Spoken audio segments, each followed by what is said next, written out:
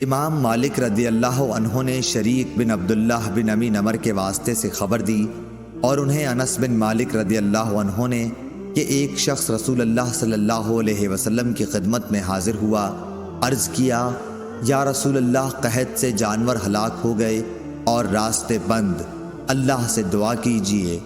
चुनाचा आप सल्लल्लाहु अलैहि वसल्लम ने दुआ की और एक जुम्मे से अगले जुम्मे तक एक हफ्ते तक बारिश होती रही।